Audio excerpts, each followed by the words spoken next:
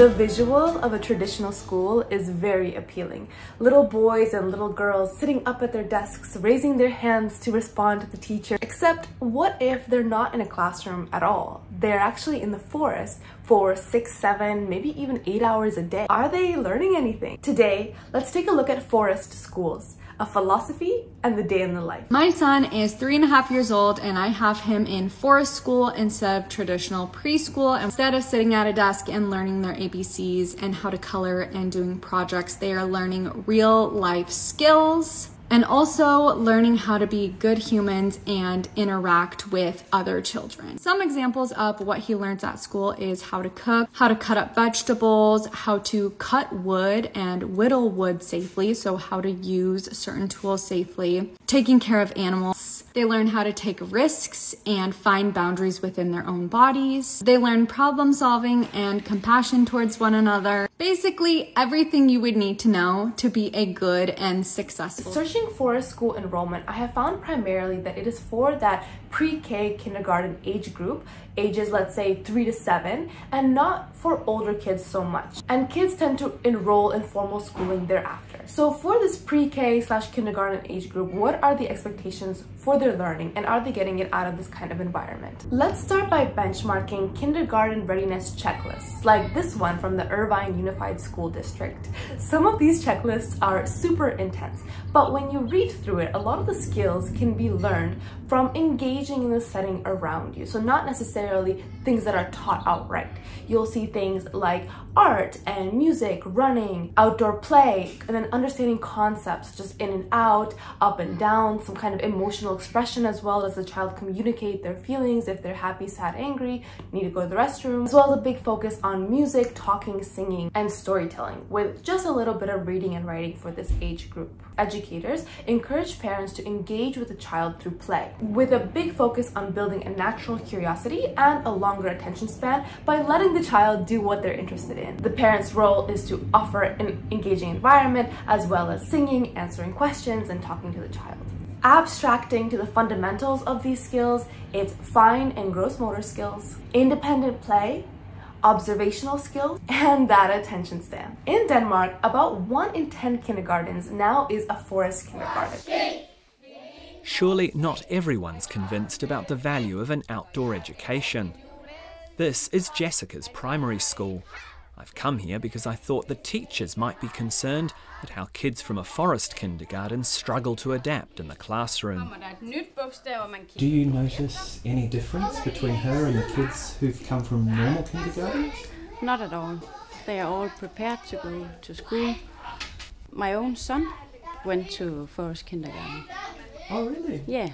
So you never had any worries about how he would go at school with No, our children? not at all. Obviously, this is just the voice of one teacher, but when you look at the kindergarten readiness and ask how much does it overlap with forest school activities, the real gap that you see is in some of those reading and writing activities, because those things are not necessarily found in the forest, right? Unless the teacher finds ways of engaging with letters and numbers and some kind of writing activities with crayons maybe out in the forest. Which, as a parent who might be interested in enrolling their child, you could pay special attention to make up that gap after school, after kindergarten, maybe before bedtime. The forest school system also questions the idea of how learning should flow. Instead of directionally in one direction from the teacher to the teacher as the conveyor of knowledge, the student as the vessel, forest school underscores how much kids learn from cooperation, leadership, and figuring things out by themselves. If you want to call it a fancy name, forest schools seem to practice a lot of the Socratic method of teaching. That is, teachers focus on creating a thought-provoking dialogue between students.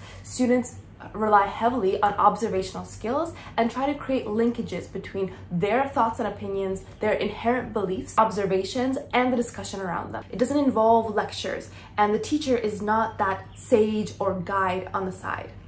The students are not passive. There is a shared dialogue between teachers and students, and the teacher's role is to pose thought-provoking questions. Students actively engage in a discussion that goes back and forth. The focus is not on the facts or the statements, but on the values that underpin their beliefs, actions, and decisions. This alternative setup promotes the idea that the environment is the curriculum. Forest schools are the ultimate adventure playgrounds. Kids get to explore, climb, and discover new things.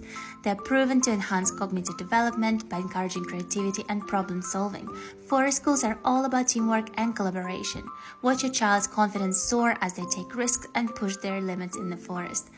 Say goodbye to stress and hello to calm. The physical component of these schools cannot be minimized for a couple of different reasons. One is to prepare the mind, we have to prepare the body.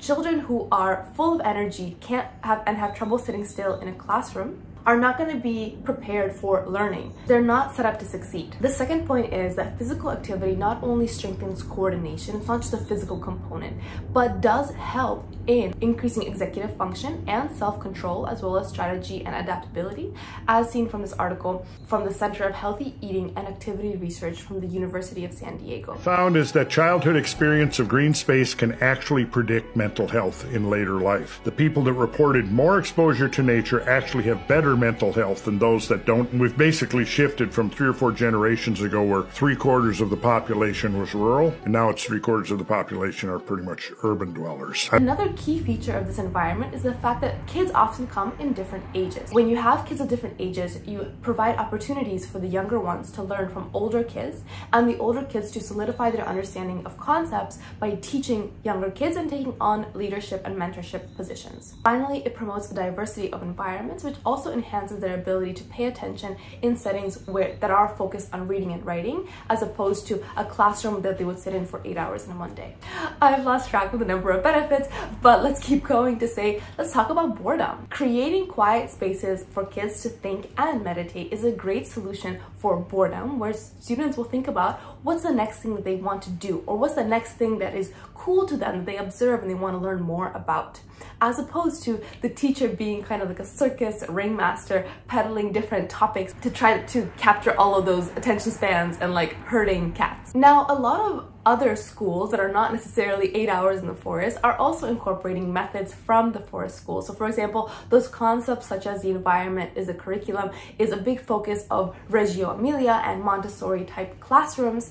So you can see those elements incorporated without having the full muddy boots experience. Aside from the gap that is math and reading, there was one additional danger point that was very interesting from being out in the forest. Let's watch this clip together. So what's your approach to safety here? You have to use your brain, and if you trust the tree is so tall, the kids, they can take care of themselves. Matti, are you afraid of anything? Why do you stop here, Carl? Fordi her må vi ikke gå. Man skal have en pædagog med deroppe fra, inden man går over.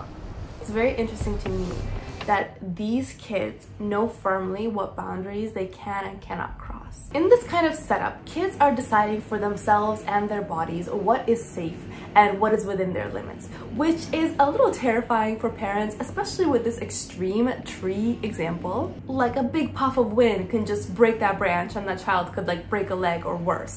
However, I do think that these situations show up both at playgrounds and at home. For example, my nephew broke his toe jumping from his bunk bed. That is to say, while tree climbing is an extreme, children do need to learn their boundaries and their limits because they will take risks no matter the environment. And learning to trust their own decision-making as to what is safe for them is an important life skill, rather than feeling invincible because you've been in protective environments your whole life. To wrap up, let's ask the audience, let's take a quick scroll through Reddit and read through what some of these people are saying about forest school.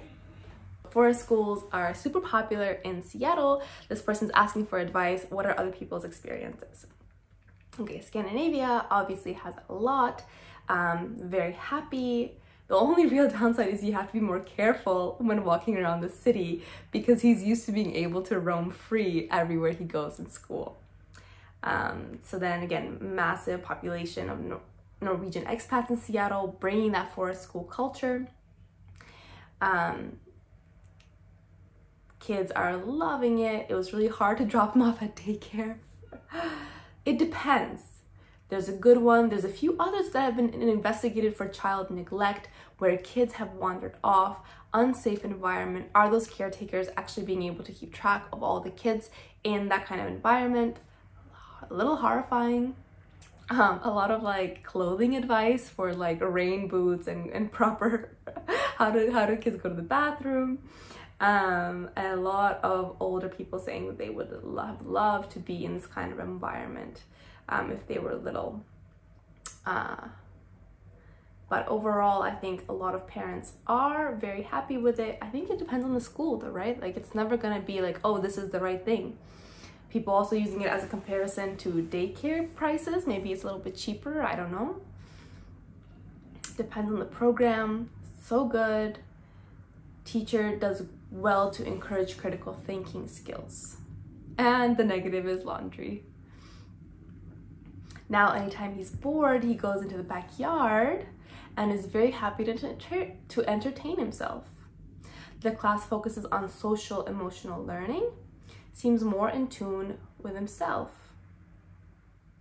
Let's keep going. It's so much more than outdoor play. It's personal, social, and emotional learning. Always check the same, honestly, the same stuff as in regular school: group size, ratios, teacher qualifications. Ultimately, the biggest lesson here I see is that we as parents should not focus on trophy skills like recitation and memorization. That has a place in the child's curriculum. However, the most important skills that we want to develop are those attention span, independence, observational skills, which kids could very well develop in forest school type environments, as opposed to copycat art projects, worksheets, and recitation. Our greatest responsibility is to put children in enriching environments that build skills, knowledge, and a passion for lifelong learning.